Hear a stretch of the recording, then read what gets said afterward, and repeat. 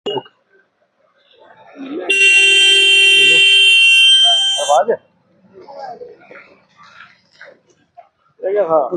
बोल दो। नमस्कार, दैनिक शिफ्ट टाइम में आप सभी का बहुत बहुत स्वागत है। इस समय नरवाल में है, जहां पर बताना चाहेंगे अरफाज अहमद जैन जो सीनियर जर्नलिस्ट है, इस समय आज जेडीए द्वारा उनका 40 साल जिस मकान में रहते उसे डिमोलिश किया गया, उस घर को। और वहीं पर इतना सुबह से ही पुलिस का पूरा तंत्र यहाँ मौजूद था, सिक्योरिटी सुरक्षा बल यहाँ तैनात कर दिए गए थे, जेडीए के पदाधिकारी भी थे। और आपने देखा किस तरह से पुलिस के द्वारा उनके बेटे या भाई जो भी वहाँ खड़े थे उनके साथ धक्का मुक्की की गई। और अरफाज अहमद जैन का ये था कि मुझे यानी कि सिलेक्टिव टारगेट किया गया है। और यहाँ उनका कहना है कि 40 साल से मैं यहाँ पर रह रहा हूँ और जितने भी लोग और भी कई घर जो यानी कि जेडीए लैंड पर है, मुझे ही क्यों टारगेट किया गया। और जबकि मेरे साथ बात हो चुकी थी कि बैठ के बात करेंगे, और उसके बाद बिना इंटीमेटी यानी मुझे कोई भी इन्होंने ऑर्डर नहीं दिया या इंटीमेशन नहीं दिया, उसके बाद डायरेक्ट पीला पंजा लेकर आ गए यहाँ पर मेरा घर तोड़ने के लिए। और उसी के चलते आप देख रहे हैं समय सामान भी बाहर है, उनके माता पिता भी बुजुर्ग थे, वो भी काफी रो बलक रहे थे, उन्हें पुलिस स्टेशन भी ले जाया गया। और अभी यहाँ पर सफीर चौधरी जी हमें यहाँ पहुंचे उनकी सपोर्ट में। चलिए बताते हैं क्या कहना उन सबका।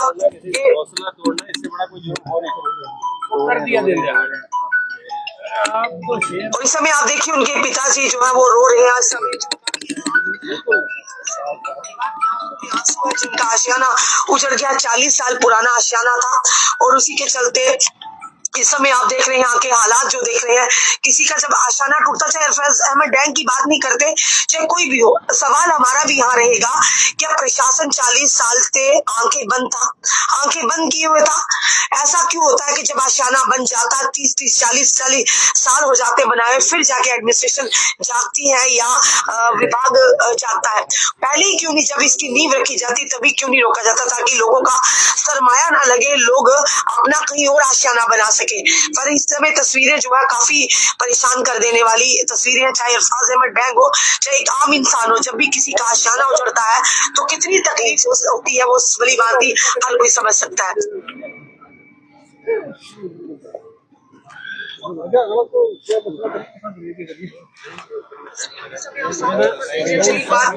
दिखा रहे हैं सामान भी, आप देख रहे हैं किस तरह से जो हालात है। आप देख सकते हैं मकान को पूरा डिमोलिश किया गया, सामान भी उनका बाहर निकाला गया है। और पूरा आज बड़ी अजीब एक बात देखने को मिली कि मीडिया कर्मियों को भी वहां पर जाने की इजाजत नहीं थी। क्या सवाल हमारा ये, हमने कही सवाल है कि इतना बड़ा क्या अरफाज जैन का गुनाह था, कि क्या उसने कितना बड़ा कोई क्राइम किया था, क्या वो ड्रग पेडलर था, क्या उसने कोई एंटी नेशनल एक्टिविटी में उसका हाथ था कि जिसके चलते पुलिस के पूरे तंत्र को एक घर को डिमोलिश करने में लगा दिया, और किसी भी मीडिया कर्मी को जाने की इजाजत नहीं थी। एज यूजुअल अगर देखा जाए, जहां पर भी डिमोलिश ड्राइव होती तो मीडिया को स्पेशली बुलाया जाता है ताकि वो ड्राइव दिखाई जाए कि कितनी जमीनें जो एडमिनिस्ट्रेशन या फिर कंसर्निंग विभाग ने रिट्रीव की है। पर इस मामले में क्या, एक घर था, छोटा सा घर था, उसमें मीडिया कर्मियों को जाने के लिए पूरी तरह से रोक दिया गया था। ऐसा क्या था इस घर में इस घर को टूटने में?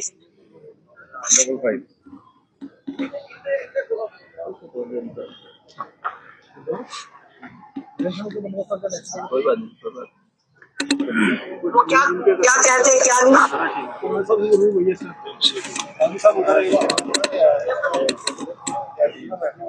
अभी यहाँ कैसे रहते हैं?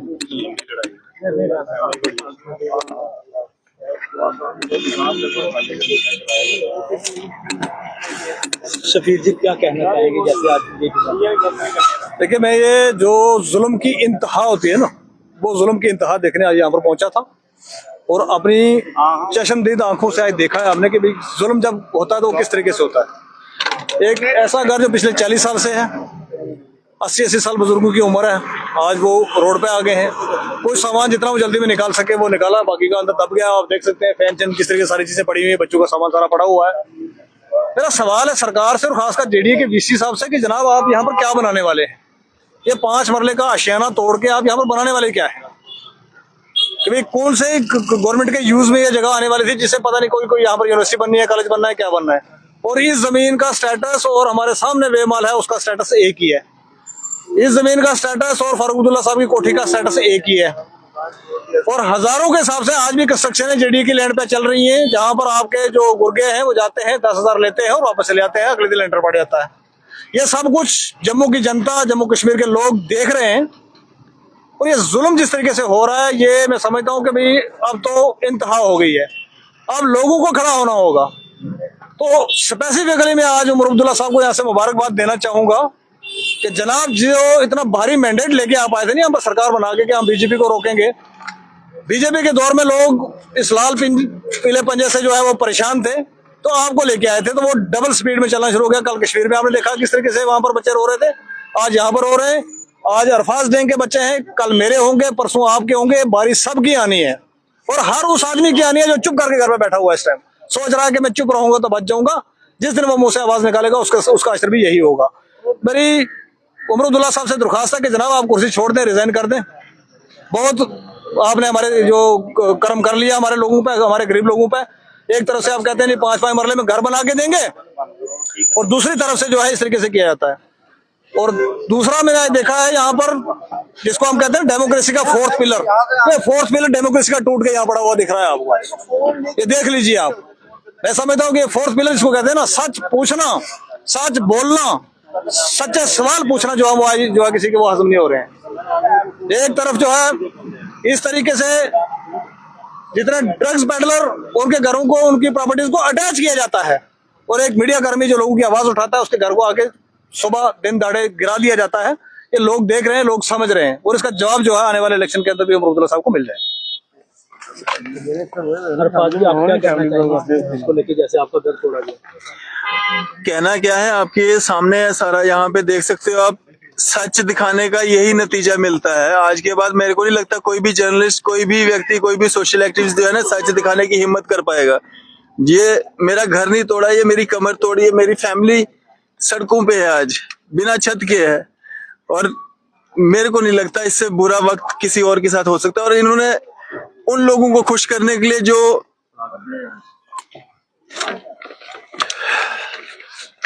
जो हिस्ट्री शीटर है, जो चिट्टे के केस में अंदर है, उन लोगों को खुश करने के लिए ये कार्रवाई की गई है। टारगेट किया गया है मेरे को यहाँ पे।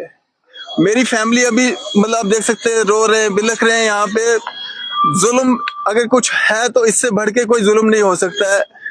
बाकी इससे ज्यादा मैं आपको कुछ नहीं बता सकता हूँ, अभी मेरी हिम्मत नहीं। आप लाइव करने लगे, उसके बाद आपके साथ क्या हुआ कि आपका लाइव सिर्फ कुछ सेकंड के बाद कट हुआ?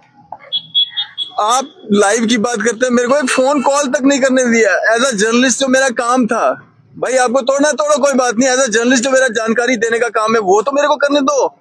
मेरे मतलब यहाँ पे देखो, मेरे को पूरा यहाँ पे छिला गया है, क्या बताऊं मैं। फोन मतलब एक कॉल करना, मैंने कहा मेरे को पापा को कॉल करना है, पापा कम से कम घर पे जाएं।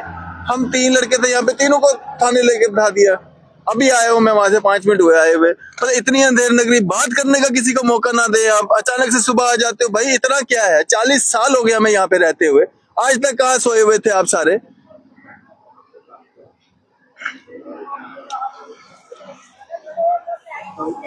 इनकी जो भी है जेडीए शेडीए जो भी है ना, इनकी दादागिरी चलती है सिर्फ गरीबों पे। मार्बल मार्केट में ना हाई कोर्ट के ऑर्डर्स हैं कि आप जेडीए जो है अपनी जगह खाली करवाइए। वहां पे इनकी दादागिरी ऐसी वाली नहीं चलेगी, वहां पे बिल्डोज करने। यहाँ पे आपने उस लाइव में छोटा सा देखा होगा कितनी संख्या में, मेरे को लगता है 700-800 बंदा होगा सिक्योरिटी फोर्सेस का, 4 जेसीबी। भाई इतना कौन सा मैं कोई डॉन हूँ यहाँ पे। मेरे को एक फोन कॉल तक नहीं करने दिया गया, अपनी बात किसी को बताने तक नहीं दिया गया कि यार मेरे साथ कुछ ऐसा हो रहा है। तो वहां पे आप दुनिया जान की अभी भी इंक्रोचमेंट हो रही है, तो मिल करके करवाते हैं। पहले ये लेंटर तक पहुंचाते हैं, लेंटर जब पढ़ने वाला होता है तब लोगों को जाते हैं, वहां से पैसा करते हैं। अब बताओ मेरे को कहाँ पे नहीं है जेडी, कहाँ पे कब्जे नहीं है, वहां पे क्यों नहीं आपकी। जब ये सुबह मशीनें लेकर आए, इससे पहले आपको बताया गया था कि हम आपका घर तोड़ने वाले हैं, या अचानक से सुबह आकर? मेरे को किसी ने कुछ नहीं बताया है। सुबह आए एकदम से तोड़ दिया, एकदम से तोड़ दिया। इतनी कौन सी आग लगी है, अगले मतलब फैमिली बस रही है पिछले 40 सालों से, आप एकदम से आ रहे हो, एकदम से तोड़ रहे हो।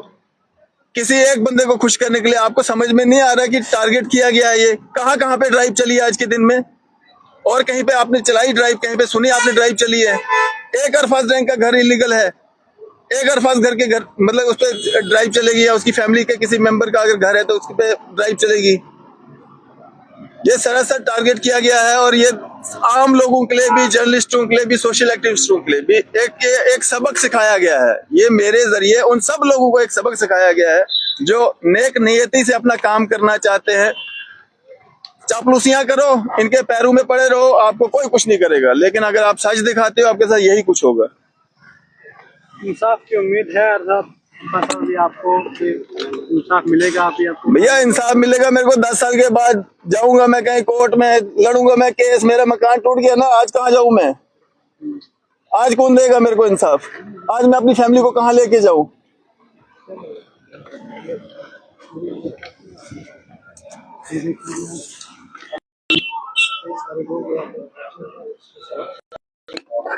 इस समय आपको अभी बताया कि अरफाज अहमद जैंग और उनके परिवार वाले सफीर चौधरी जी उनकी सपोर्ट में आए हैं कि इस तरह की जो इस समय जो ड्रैकोनियन जो तरीके से जो लोगों पर अपनी मर्जी थोपी जा रही है, उन्होंने कहा कि मुझे कम से कम समय देते हैं। इस समय इस ठंड के मौसम में अपने बुजुर्ग माँ बाप को, अपने बच्चों को लेकर कहाँ जाऊंगा? अगर कोर्ट की बात करें, ऑनरेबल कोर्ट में कई साल लग जाएंगे मुझे इस केस को लड़ते हुए, उसके बाद मुझे इंसाफ मिलेगा।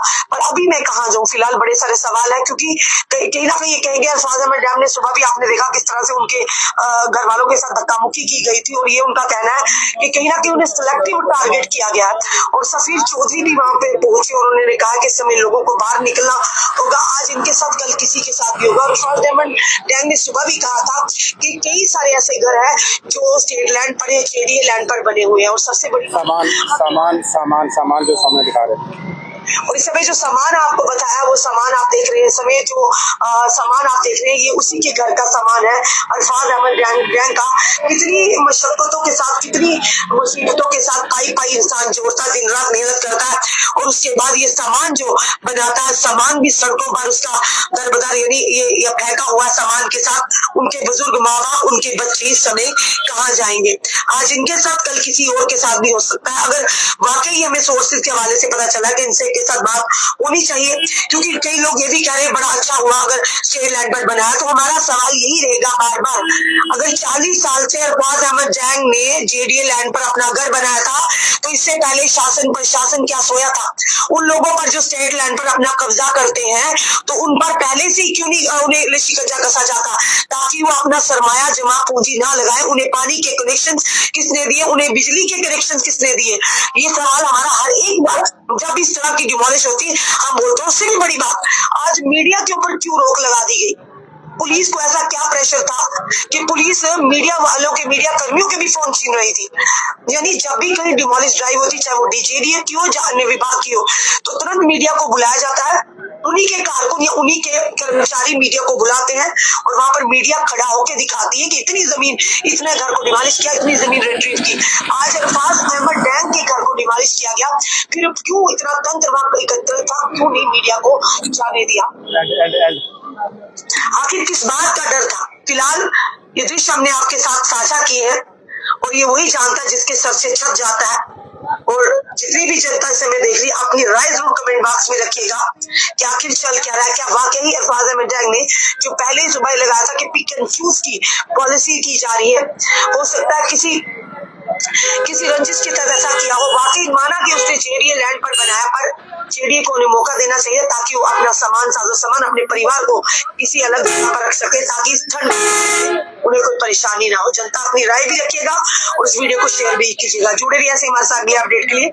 जय हिंद, जय भारत।